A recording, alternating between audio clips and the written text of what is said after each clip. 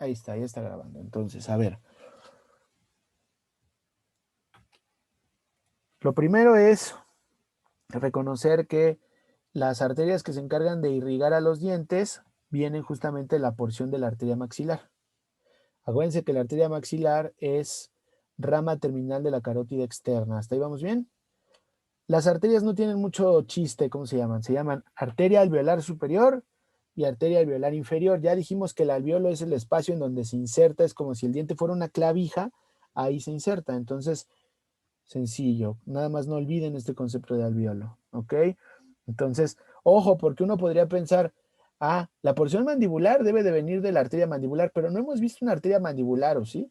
O sea, es de la misma maxilar. La maxilar da tanto la alveolar superior como la alveolar inferior. Aunque se llame maxila, también irriga los dientes de la mandíbula. Las venas son descuento anatómico. Entonces, si me aprendo las arterias alveolares superior, la alveolar inferior, las venas van en el paquete. ¿Sí? Los nervios también se llaman igual, alveolar superior y alveolar inferior, pero ahí sí podemos distinguir, así como con los labios, ¿sí? El nervio alveolar superior viene de la segunda rama del trigémino porque es del maxilar y el alveolar inferior, ese viene del nervio mandibular de 5-3. Ahí sí se separan, ¿vale? Entonces, igual de la porción de los vasos linfáticos, pues estos se van hacia los submandibulares. ¿Por qué es importante hablar de estas porciones? Porque resulta que, así como lo vemos aquí, estos espacios también pueden tener alteraciones. No, a lo mejor no es tan común que a nosotros como médicos nos lleguen, pero sí puede suceder que en estos espacios en donde se alojaron los dientes puedan salir quistes. Por eso, si a alguien le tocó conocer a una persona que tuviera una dentición complicada, es decir, de manera muy coloquial, ¿no? Ay, es que yo de chiquito tenía los dientes muy chuecos, por así decirlo, ¿no?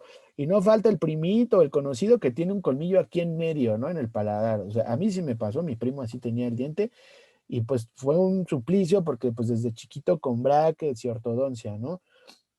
Si el diente no sale, hay que operar al paciente, o sea, sí hay que sacarlo, porque si no esos dientes se enquistan y eso es muy molesto, es muy doloroso, se forma aquí un proceso inflamatorio y si esto no se resuelve, hay que abordarlo, ¿no? Entonces, los maxilofaciales muchas veces tienen que entrar acá, romper el maxilar, limpiar la cavidad y ya volver a cerrar, ¿vale? Entonces, muy importante, a lo mejor ustedes, la intervención más importante es educar al paciente a que no echen saco roto la dentición de sus hijos o de esa persona y que sí esté al pendiente de que puedan salir estos dientes de manera adecuada, porque si los dientes no brotan, puede haber consecuencias, ¿vale? ¿Qué más de los dientes? Creo que hasta ahí. Esto ya es la introducción al paladar, ¿ok? Bueno, aquí le podemos seguir, pero si alguien se tiene que retirar, voy a hacer justamente así como muy claro de qué es lo que me interesa que revisen, que estudien.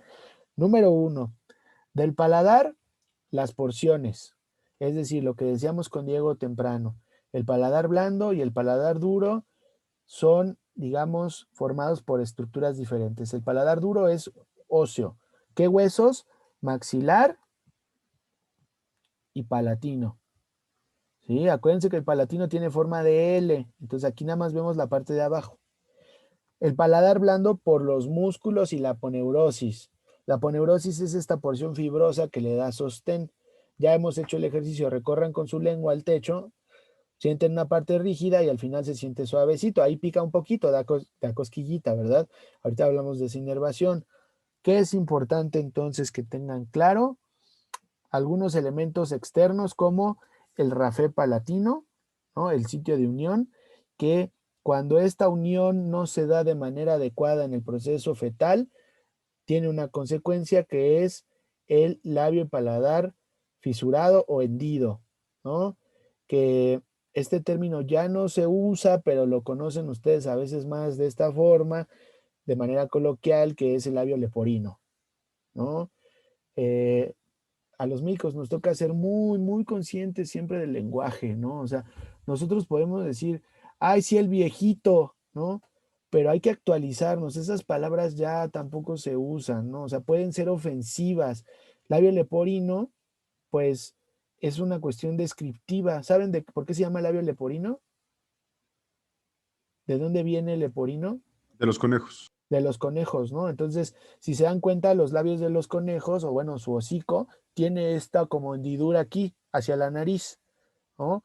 Nosotros tenemos que tratar a estos pacientes, no lo hace un cirujano plástico o un cirujano pediatra, eh, porque pueden hacer una comunicación cavidad nasal con cavidad oral y esto favorece infecciones constantemente. Entonces, la alimentación no es la adecuada. Piensen en que este niño tiene que amamantarse, tiene que lactar.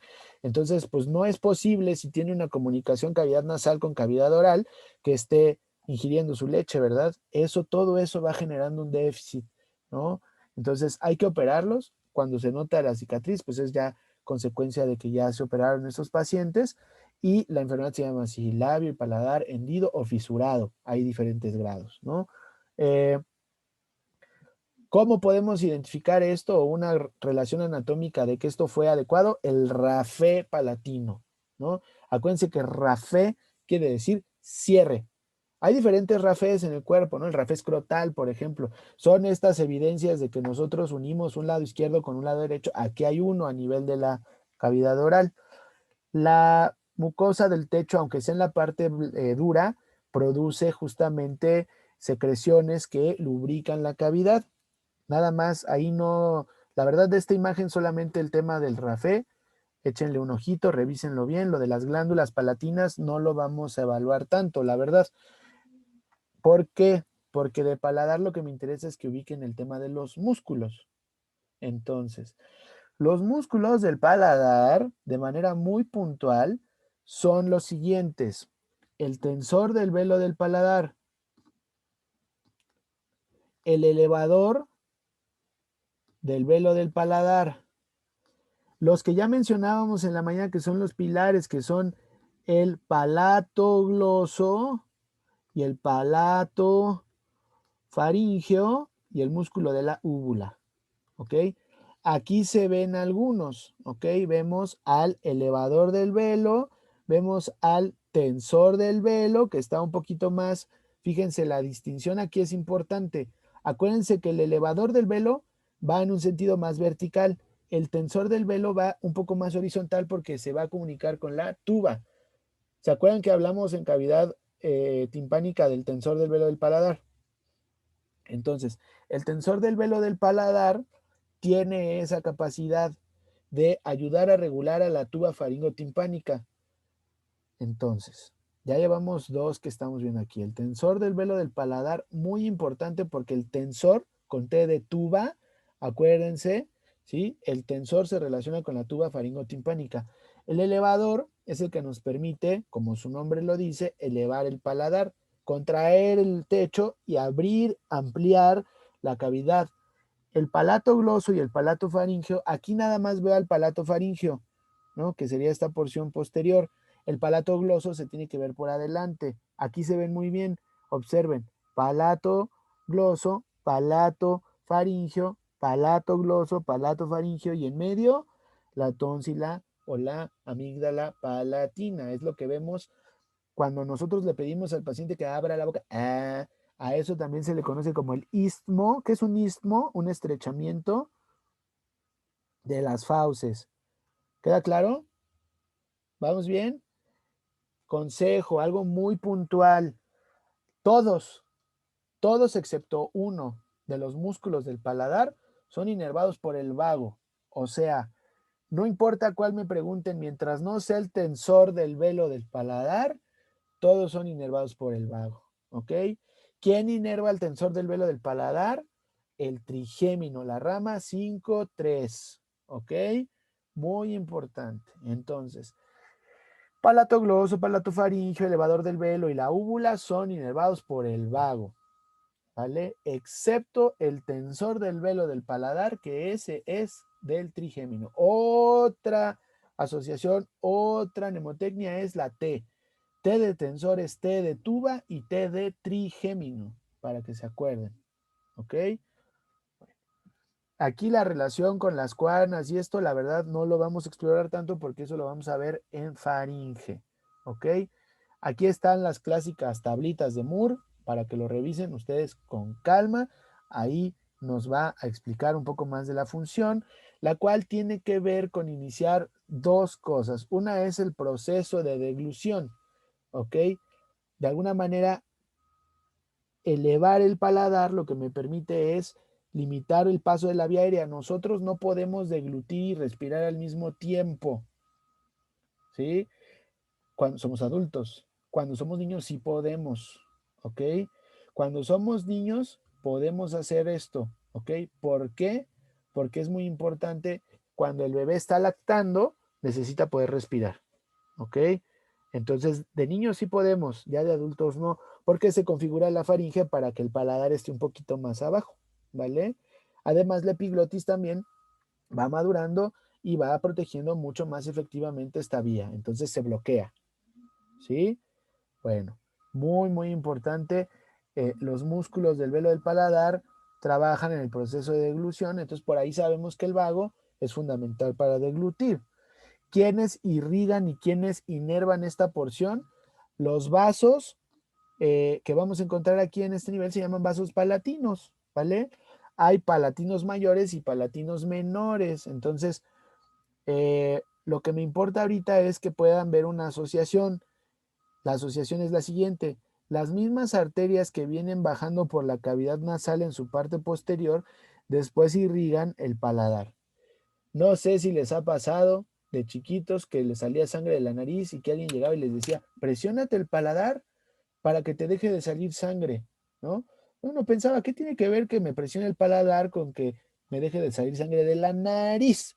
Bueno, pues sí tiene que ver, porque las arterias palatinas pueden también irrigar a la porción de la cavidad nasal, ¿ok? Entonces sí hay una comunicación ahí. Acuérdense, el techo de la cavidad oral es el piso de la cavidad nasal, entonces sí se relacionan. Los nervios se llaman iguales, ¿no? Entonces, estos vienen de 5-2, ¿ok? Son nervios de trigémino. El paladar es muy sensible también, ¿no? Entonces, si yo lo toco, si yo paso mi lengua, puede generar ahí un estímulo. Vamos a hablar de la lengua. De la lengua me importa mucho que identifiquemos sus partes. Tiene una parte anterior y una parte posterior, así como la podemos dividir en el sentido funcional en tercios. Los tercios de la lengua son importantes cuando hablamos de la cuestión sensorial, es decir, del gusto, ¿vale? Los tercios tienen que ver con el gusto. ¿Por qué? Porque los primeros 2 tercios son territorio del facial. El tercio posterior es territorio del glosofaringeo, ¿ok? ¿Cómo sé cuál es el tercio posterior? Pues a partir de aquí, observen, ahí se nota un surco, ¿sí lo ven? Esa fisura, ese surco se llama así, surco terminal o también bilingual por la forma que tiene como una V invertida, ¿ok? Posterior al surco terminal, la lengua cambia su forma, se vuelve un poco más glandular. ¿Por qué? Porque ahí hay una amígdala, se llama amígdala lingual, forma parte del sistema inmunológico. Por delante del surco terminal, la lengua es principalmente muscular, ¿sí? Ya hablaremos de los músculos de la lengua. Lo que me interesa es que podamos reconocer justamente a esta fila de papilas que se llaman papilas valleculadas, que permiten también darle sensibilidad a esta porción. Muy importante, la lengua estructuralmente tiene un cuerpo y una raíz y se divide en anterior y posterior. ¿Qué la divide? La B lingual o el surco terminal. Aquí otra vez a los lados podemos ver el músculo que viene del paladar a la lengua, palato gloso. El que va del paladar a la porción de la garganta, a la faringe, palato faringeo. Este cartílago que vemos acá atrás es la epiglotis, ¿ok? La epiglotis es un cartílago que forma parte de la vía aérea, la protege cuando deglutimos. Entonces, esta parte de aquí también tiene sensibilidad, no nada más sensorial, sino como tal le permite identificar 3 estructuras que la tocan del glosofaringeo. ¿Por qué? Porque si yo tengo algo aquí, entonces la epiglotis dice, va a deglutir y se contrae para proteger la vía aérea, ¿ok? La deglución es un fenómeno mixto. Tiene propiedades autónomas y propiedades somáticas. Es decir, yo puedo decir, ay, espérame, voy a tragar saliva así, ¿no? Y yo iniciar el proceso de deglución, pero tiene un punto límite en donde ya, si ya la empecé, ya no la puedo detener. Si me explico, esa es la porción autónoma. Entonces, ¿quién inicia ese proceso automático de la deglución? Una red que se llama plexo faríngeo. El plexo faríngeo está compuesto por el vago, el glosofaríngeo y porciones simpáticas, ¿sí? Ahí trabajan todos. Es una red que trae de chile, mole y de pozole. Todos meten mano en el plexo faríngeo, ¿ok? ¿Por qué? Porque ¿qué pasa si yo llego y me toco la úvula? ¿Eso es una sensación placentera o cómoda? No, No, son, ¿verdad? dan ganas de Entonces, vomitar. dan ganas de vomitar, exacto. ¿Quién dijimos que inervaba la úvula? El vago, ¿estamos de acuerdo? Pues es justamente por esta comunicación del vago con el glosofaringio y con la porción simpática que se hace un arco reflejo, ¿no? Que es el arco del vómito, ¿no? El que alguien nos toque esa región o que nosotros mismos, ¿no? Lo intentemos hacer, por eso dispara el vómito, ¿vale? Esto es algo de protección, acuérdense, ¿no? Ahora, eh, algo importante que deben de conocer es que justamente aquí a este espacio se les conoce también como las valléculas, ¿ok? Las valléculas son los espacios en donde, a lo mejor para que sepan y se acuerden más adelante en su carrera, ahí se coloca el laringoscopio, la hoja del laringoscopio, ¿sí? Entonces la vallécula nos permite que se almacenen alimentos ahí, hay que tener cuidado y es un sitio en donde de manera instrumental nosotros hacemos este movimiento y colocamos, aquí el paciente no lo veo yo de frente, lo veo boca abajo, tendría que estar al revés en la imagen para que esto tenga un poco más de sentido, pero eso es lo que permite traccionar hacia arriba y entonces ampliar la vía aérea para intubar a un paciente, ¿ok? La clave para que ustedes puedan intubar de manera adecuada a un paciente es ubicarse anatómicamente. ¿Por qué? Porque su visión va a estar muy limitada, entonces a veces no van a ver completo. Tienen que hacer el esfuerzo por ver lo mejor posible, siempre. Cualquier cosa que sea de instrumentar, meter tubos, picar, cualquier procedimiento que involucre una maniobra, ¿sí? Manual, vean. Si no ven, no se atrevan a hacerlo. Pero a veces no se puede ver todo, a menos que tengan una cámara. Si están en un hospital que tiene un laringoscopio, un videolaringoscopio, pues no van a sufrir, pero no todos los hospitales lo tienen. Y aún así, justo con la situación de COVID, a pesar de tener laringoscopios, ha sido difícil, ¿no? Entonces, la anatomía es la base para poder entender esta región, ¿vale? A la lengua le podemos describir una punta, pues sí, también, ¿no? Una estructura que nos permite reconocer que ahí empieza. Y no son las únicas papilas las que descubrimos ahí, las valleculadas, que tiene filiformes, tiene foliadas, tiene fungiformes, en diferentes concentraciones. Estas filiformes de manera particular no tenemos muchas, ¿no? La verdad. Hay animales que sí tienen muchas de esas, como quienes. Los perros, Los perros, ok. Y hay unos que tienen más todavía. los gatitos. Los gatos, ¿no? O sea, la lengua de un gato es rasposa como lija, ¿no? ¿Por qué? Porque estos animales usan su lengua para acicalarse, ¿no? Entonces, si no tuvieran esas porciones como si fueran deditos, no podrían raspar el pelaje. Nosotros no nos bañamos con eso, ¿no? O sea, no usamos la lengua todos los días, imagínense, ¿no? Así como, órale, no, lo iba a decir, pero no, mejor no, ¿no? Así como que, ay, no me baño hoy, ¿no? Unos lengüetas no se puede, ¿no? Hay que tener higiene. Los gatitos, pues es su forma de mantenerse lo más limpio posible, ¿no? ¿Qué pasó? ¿Cómo dijo que se llamaban las más posteriores? Vallaculadas. ¿Es lo mismo que las caliciformes? No, las caliciformes producen un poco más de moco, ¿no? Ok. Entonces, Entonces, hay fungiformes, filiformes, no nos vamos a detener en qué hace cada una de estas papilas, la verdad, solamente sepan que existen y la relación con, digamos, el surco terminal, por ahí hay un pequeño foramen, que se llama foramen ciego, aquí está, foramen secum, y esto es importante, posiblemente lo vean en embriología. ¿A quién le toca hablar de la tiroides? Saber, ¿verdad? A nadie. Bueno, cuando se acuerden a quién le toca hablar de tiroides, se va a acordar que existe algo que se llama el conducto tirogloso. Es decir, en la etapa fetal, la lengua y la formación de la tiroides van de la mano. ¿Ok? Hay un conducto que los une y ese se cierra.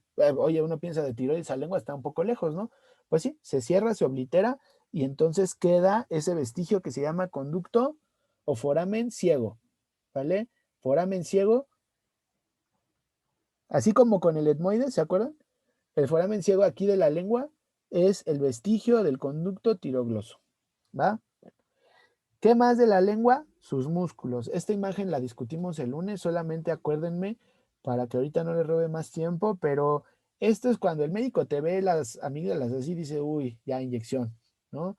Digo, no debería de ser así de sencillo, pero este exudado, es un dato importante. Ojo, porque no solamente las bacterias lo pueden generar, ¿no?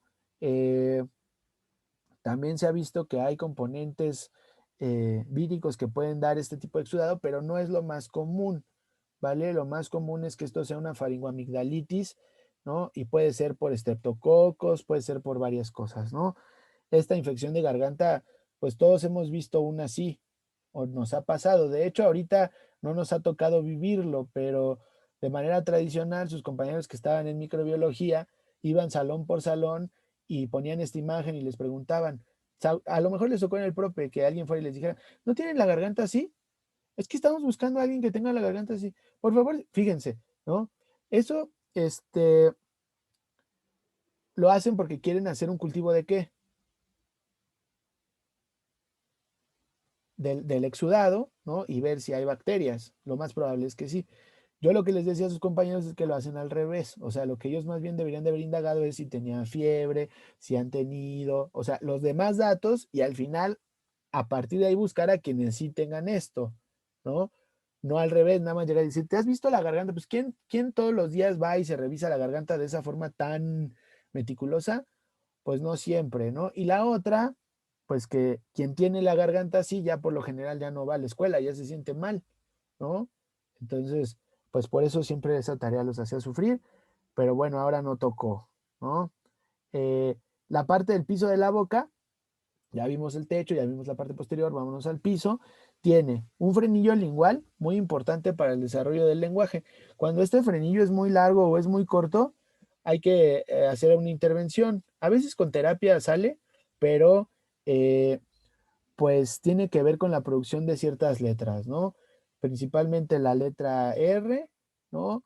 O el fenómeno de sisear cuando uno habla, pues tiene que ver con la posición de la lengua, ¿no? Entonces, habrá quien diga, ah, yo de chiquito hablaba así, ¿no? Y sí, fui a unas terapias y ya se me quitó. Ah, perfecto. Y habrá quienes digan, no, yo de chiquito hablaba así y me tuvieron que operar y se me quitó. Y había quien diga, pues yo todavía hablo así, ¿no? Y no pasa nada. O sea, no es un defecto, es una variante, ¿no? Puede costar un poco más trabajo pronunciar ciertas letras, eso sí es correcto. ¿Qué más vemos aquí? Vemos algo que se llama como carúncula sublingual. La carúncula sublingual es importante porque por ahí se drenan el contenido de las glándulas, ¿ok? Entonces, aquí en el piso de la boca tenemos a la glándula sublingual y por acá atrás tenemos a la submandibular. La submandibular manda un conducto y la sublingual también. Entonces, aquí en el piso de la boca se está produciendo salivación todo el tiempo, ¿vale? ¿Qué es importante de esto también? No sé si las alcanzan a ver. Por aquí hay venitas, ¿ya las vieron? Ahorita vamos a hablar de esas venitas. Son fundamentales porque, Diego no me va a dejar mentir, cuando tenemos un paciente crítico, muchas veces optamos por darle medicamento de vía sublingual, ¿estamos de acuerdo? Entonces, la vía sublingual es un mecanismo de administración de medicamentos mucho más efectivo que el que se lo pase. ¿Por qué? Ah, pues La vía hepática, ¿no? así El- es. Se brinca el mecanismo Ah, de por primer paso, ¿no? Entonces, como no pasa directo por el hígado, sino que se va hacia la porción venosa de manera inmediata, estos medicamentos actúan más rápido. Ya cuando lleguen a farma van a ver que algo que se llama el sistema LADME, LADME es acrónimo para liberación, absorción, distribución, metabolismo y eliminación. Esto no se lo aprendan, ahí va a quedar en el video, ¿sí? Nada más sepan que lo van a ver. ¿Por qué cada una de estas letras es importante? Porque yo tendría que saber en teoría cómo se comporta cada medicamento que doy con su liberación, con su absorción, con su distribución, con su metabolismo y con su eliminación. Cuando no conozco esto es cuando se dan las interacciones medicamentosas o cuando vienen los efectos adversos, ¿ok? Muy importante. Si han escuchado este término, ¿no? Cápsulas de liberación prolongada, ¿no? Esas son pastillas que traen una capa entérica que protege o sea, se va degradando poco a poco, ¿no? Entonces, no tengo que dar 3 pastillas. Con una pastilla que dé, esta se va liberando poco a poco. La absorción es, digamos, la forma en la que llega al torrente sanguíneo. ¿Por qué tiene que llegar un medicamento al torrente sanguíneo? Pues porque de ahí ya se va al órgano diana o al receptor que esperamos. Cuando yo doy un medicamento intravenoso, por ejemplo, pues la absorción es inmediata, ¿no? Aquí el tema o el riesgo es que no siempre puedo titular de manera correcta un medicamento intravenoso. Por eso no todos los medicamentos son intravenosos. Si me paso de la dosis o hay una reacción que se conoce como reacción idiosincrática, es decir, yo no sabía que este paciente podía tener una reacción anómala a este medicamento, si se lo di intravenoso ya no lo puedo detener. ¿Sí me explico? Ya está ahí, ya va a reaccionar. Entonces, los medicamentos intravenosos hay que manejarlos con cuidado, con precaución y siempre observando al paciente cómo reacciona. ¿Ok? Por eso hay que leer Pharma. Bueno, vámonos entonces a ver algunas otras cuestiones que tienen que ver con los músculos de la lengua. Ojo, así como dijimos que los músculos del paladar todos son inervados por el vago excepto uno, pues con los músculos de la lengua algo parecido. Todos los músculos de la lengua son inervados por el hipogloso, el 12º, excepto uno. Y es que este uno es un metiche, hace trampa, ¿ok? Los músculos de la lengua se dividen en dos, extrínsecos e intrínsecos. Los extrínsecos quieren decir que se encuentran afuera, ¿se acuerdan? Ya lo hemos platicado, lo mismo vimos en el dorso. Entonces, los nombres de los extrínsecos son combinaciones de sitios que están alrededor de la cavidad oral y que llegan a la lengua. Por ejemplo, el paladar, palato, gloso, ahí está, ese metiche, ya lo habíamos visto en el paladar, ¿verdad? Entonces está confundido. ¿Será que soy del paladar? Sí. ¿Será que soy de la lengua? También, ¿no? Entonces está entre los dos, pero ese es el que rompe la regla, porque ese ya definimos quién lo inerva, el vago. A partir de ahorita, todos los demás son por el hipogloso. ¿Qué estructuras se comunican con la lengua? El proceso estiloides, por ejemplo, aquí lo vemos, tenemos al estilo gloso, ¿ya lo vieron? Aquí ya está el palato gloso. Tenemos una comunicación entre el hioides y la lengua, aquí está el gloso. Y tenemos una comunicación entre el mentón y la lengua. ¿Cómo dijimos que se le llama a esta porción que nos tallamos cuando pensamos, cuando nos ponemos en modo genio, ¿no? Entonces, a eso se le llama la porción geniana, es el músculo geniogloso, ¿ok? Los voy a repetir con calma. Palatogloso, el invasor, ¿no? Ya dijimos, ese era del vago, pero bueno, ahí anda de metiche y sí mueve la lengua, también por eso es real, ¿no? Pero para que quede un poco más claro, vámonos con los puros, ¿no? Que sería el estilo gloso, ¿sí? De proceso estiloides a lengua. El gloso, de hueso yoides a lengua, ¿sí? Y el geniogloso. Acuérdense que estos también ayudan a la deglución. Son importantes porque mueven la lengua y nos permiten deglutir. Mueven a la lengua de posición, es decir, si yo quiero sacar la lengua, mover la lengua, subir la lengua, ¿no? Todo eso, mover la lengua en la cavidad, lo hacen los extrínsecos, colaboran en muchos movimientos. Los intrínsecos, todos son por el hipogloso, todos. Y estos intrínsecos aquí los vemos, ¿vale? Lo que tienen los intrínsecos es que nos permiten modificar a la lengua. Es decir, yo puedo sacar la lengua y que se vea como si fuera muy puntiaguda, ¿no? O la puedo sacar y verla ancha, ¿no? O la puedo hacer taquito, o la puedo hacer triple taquito, ¿no? Entonces, todos esos movimientos de la lengua se hacen gracias a los músculos intrínsecos.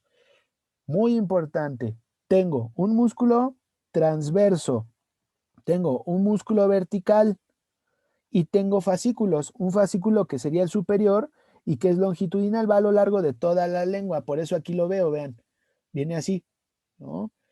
Piensen en la contracción, es decir, si yo quisiera hacer rollito la lengua, ajá, ¿no? O sea, enrollarla hacia adentro, pues principalmente la porción longitudinal superior es la que si la contraigo lo enrolla, ¿así queda claro?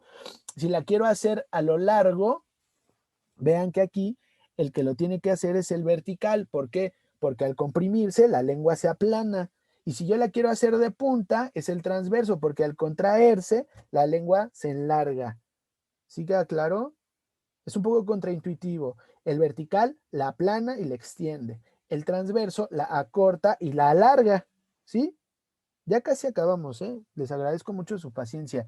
Aquí la escala de Malampati la vamos a ver también el lunes, pero lo que me gustaría que tengan claro es que cada uno de estos elementos va avanzando conforme yo puedo ver a la úvula. Aquí se ve muy bonita, aquí se ve más tímida, aquí ya no se ve y aquí ya no se ve nada, ¿no? Esto es importante, ¿por qué?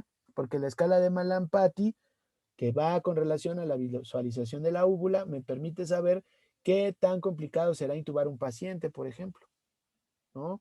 A mayor Malampati, más riesgo. Entonces los anestesiólogos manejan mucho esta clasificación, los otorrinos también, porque bueno, se ha visto también que a mayor Malampati, más riesgo de roncar, por ejemplo, ¿no? Y roncar no es algo así que digan, ay, qué bonito, qué tierno roncas, ¿no? No, roncar es algo patológico y tiene asociación con factores de riesgo cardiovasculares. Muy importante identificar un paciente que ronca, hay que darle tratamiento. En algunos casos esto puede derivar en algo que se conoce como SAOS. ¿Han escuchado hablar de los SAOS? S de síndrome, A de apnea, ¿no? Síndrome de apnea, H hipoapnea, a veces no es completa, apnea, hipoapnea, O de obstructiva y S del sueño, ¿no? Estos pacientes son los que cuando se van a dormir como que se ahogan, ¿no? Bueno, ahí no iba la pausa, pero como que se ahogan, ¿no? No sé si los han visto con los borrachos, a veces se nota más, ¿no? Que los ves que les, ¿no? Como que se están ahogando. ¿Por qué? Porque deprimen su sistema nervioso central. Muy importante, el SAOS tiene igual complicaciones cardiovasculares. Estos pacientes no descansan, aunque estén dormidos, se despiertan cansados. Ay, me siento muy mal, no descansé nada. Oye, te dormiste 8 horas, sí, pero de esas 8 horas, 2 te estuviste ahogando, no es algo bueno, ¿ok? ¿Qué pasó, Sofía? Nada, iba a comentar que mi abuelo tiene eso y efectivamente, o sea, se lo diagnosticaron hace un buen y le dieron como, bueno, más bien le dijeron que comprara una máquina. ¿Cómo se llama esa máquina? Ay, la verdad no me acuerdo, pero lo que es que ayuda a que oxigene mientras está durmiendo, o sea, aumenta su nivel de oxigenación porque no tenía suficiente oxígeno, entonces nos empezó a preocupar un buen a todos porque se la pasaba dormido en los días y así. Así es. La maquinita se llama CPAP, ¿no? Ahí tienen que ver con air pressure, ¿no? Entonces es un motorcito que no sé si has escuchado cuando tu abuelo va y lo prende, suenan, ¿no? O sea, yo les Suena decía a sus... horrible, o sea, Sí, nunca deja dormir a mi abuela. Pues es lo que te iba a preguntar, ¿no? Si dormía con tu abuela, esto es causa de divorcio a veces, ¿no? Digo, no, no quiero que se malinterprete, pero es que sí es importante porque el que se duerme con el CPAP, ay, se despierta, ay, ahora sí, qué rico dormí, ¿no? Por fin pude respirar, pero el que se quedó al lado dormido, pues toda la noche estuve escuchando el ¿no? Entonces hay quien dice, ¿sabes qué? Tú en tu cama, yo en la mía, buenas noches y nos vemos en la mañana porque tu CPAP no me deja dormir, ¿no? El que se duerme con el CPAP sí se acostumbra, sí lo lleva bien en la noche, ¿no? Pero el que está al lado lo tiene ahí presente. Ojo, es un buen tratamiento, o sea, sí hay que usarlo porque sí se ha visto que tiene un efecto positivo en los pacientes. Nada más para que quede claro, qué bueno que tu abuelo tiene ahí su CPAP. El IMSS, por ejemplo, nada más para que sepan, se los presta a sus derechohabientes, o sea, tú vas al seguro y dices, tengo SAOS, y te dicen, aquí está tu máquina, lleva un registro y te lo da, porque comprarte tú tu maquinita sí es más caro, ¿no? Pero es importante que sepan que hay que usarla, ¿vale? De los músculos de la lengua ya platicamos, acuérdense, es todos menos uno son del hipogloso. ¿Cuál es el que no? El que era del paladar, que es el palatogloso, ¿ok? Y esta imagen yo creo que son 2 o 3 con las que vamos a terminar. Ya casi lo logramos. esta imagen particularmente es el tema de la inervación, ¿ok? Aquí sí, pongan mucha atención, si no está quedando en el video, esto es lo que les voy a subir para quien se tuvo que salir. Muy importante, la lengua tiene doble inervación. La inervación sensorial, el sabor de las cosas, y la inervación sensitiva. Me quemé la lengua, me mordí la lengua, me duele la lengua, me pica la lengua, todo eso lo hace el trigémino a través del nervio lingual. Y en la parte posterior le ayuda el glosofaringio, también le colabora con esta sensación, ¿vale? ¿Qué tanto duele morderse la lengua? Duele mucho, ¿no? Sí, se siente feo, ay, hasta te sale sangre, ¿no? Los sabores, ya dijimos, dulce, amargo, salado, umami, ¿no? Todos estos se detectan gracias a el facial y a su compa, que en todo le ayuda, que es el glosofaringio también. ¿Cómo se divide en la chamba? 2/3 anteriores de la lengua, facial. ¿A través de qué nervio viaja esto? Ya lo hemos platicado. El nervio cuerda del tímpano. ¿Se acuerdan? Este nervio que atraviesa la cavidad timpánica va pasando nada más, con permiso, voy de paso, sale de la placa timpánica y por ahí se comunica ya después con el nervio lingual para darle esta formación sensorial, ¿ok? Muy importante, ¿vale? Cuerda del tímpano es el que nos permite el sentido del gusto cuando hablamos del nervio facial. ¿Queda claro? ¿Qué onda con el glosofaringio? Acuérdense que el glosofaringio se comunica con el plexo, entonces lo hace a través del plexo, ¿vale? ¿Queda clara esta imagen? Por eso están en tantos colores. El color morado es la región, digamos, del trigémino y por ahí nos dice los músculos son del hipogloso, la sensibilidad del trigémino, ¿vale? Vemos ahí al palatogloso, al palatofaringio, ¿no? Aquí están estos músculos, ya los habíamos señalado, la amígdala palatina, la línea o surco terminal, foramen ciego, papilas valleculadas, la amígdala lingual, que parece como un cerebro, esto forma parte del sistema inmunológico, 2/3 anteriores de la lengua son del facial, el tercio posterior es del glosofaringio, hablando del gusto, ¿vale? Estas imágenes igual las vemos el lunes. Son patologías de la lengua que vamos a ver con calma, pero que en el examen no vienen. Esto era lo que platicábamos de las infecciones en la cavidad oral. No nada más vemos faringoamigdalitis. Se puede ver esto que es una candidiasis oral, que es más común en los niños. No sé si han hablado o han escuchado del algodoncillo. ¿Han escuchado hablar del algodoncillo? ¿No? Bueno, o Mogget, ¿no? Esto es muy común en los niños y vamos a llegar, híjole, esto de las manchas de Koplik igual, el lunes, ¿vale? Se los debo. No es del examen, entonces, para que ahorita no se estresen con eso, lo que les he dicho, todo eso nada más va enfocado a cuestiones anatómicas, ¿ok? Ya esto ya lo platicamos también, lo de las papilas, la B lingual, ¿no? La amígdala lingual. Nos quedan dos cosas, que es la irrigación y el drenaje. La irrigación viene de la arteria lingual viene de la carótida externa. La arteria lingual de alguna manera como que se subdivide en la arteria profunda de la lengua y en la arteria sublingual, ¿sí? Vamos a encontrar también una división particular que es la dorsal. Entonces, son 3 ramas que tiene la arteria lingual que viene de la carótida externa. La dorsal de la lengua, la sublingual y la profunda. La arteria profunda de la lengua está metida entre los músculos intrínsecos. La dorsal se queda pegada a la amígdala y la sublingual en el piso de la boca. ¿Vale? Ahí ven el video, ¿va? Eso ya está ahí. De la porción venosa, ¿sí? De la porción venosa es todavía más importante por lo que platicábamos de la administración de medicamentos. Tenemos a la vena lingual profunda, tenemos a la vena sublingual y tenemos a la vena dorsal. Se llaman igual, pero aquí en este caso el regreso es más importante. ¿Por qué? Porque vean que todos llegan a la vena yugular interna. Esto quiere decir, no es lo mismo que yo me pase un ketorolaco, quede el estómago, haga digestión, pase el intestino, de ahí absorba, vaya al hígado, en el hígado tenga su metabolismo y entonces después de eso me empieza a quitar el dolor. A que yo me disuelva un ketorolaco sublingual y entonces ese mecanismo se va directamente a la vía venosa. ¿Queda claro esto? Entonces, muy importante, la vía sublingual es una vía de administración de medicamentos y no solamente de medicamentos, también si yo no me paso el alcohol, por ejemplo, ¿no? me echo un shot y me lo quedo en la boca, y queda ahí nadando en mi plexo sublingual, también me va a pegar más fuerte. No es tip, es precaución, ¿ok?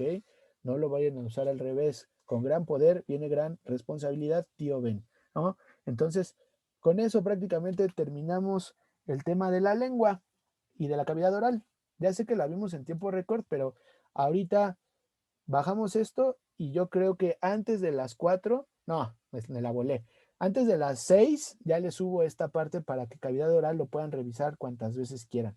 De todos modos, yo me comprometo que cualquier duda, comentario, pregunta que haya, me pueden mandar mensaje y con mucho gusto los atiendo. ¿Ok? ¿Sí? Todo lo demás sí lo vimos con más calma, con mucha más calma. ¿Ok?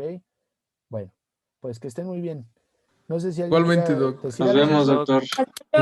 Bonito Ah, fin. Doc, Muchísimas igualmente. gracias, Fin de Doc. semana. Que Gracias, descanse Cuídate. y provechito. Sí. Gracias, bye.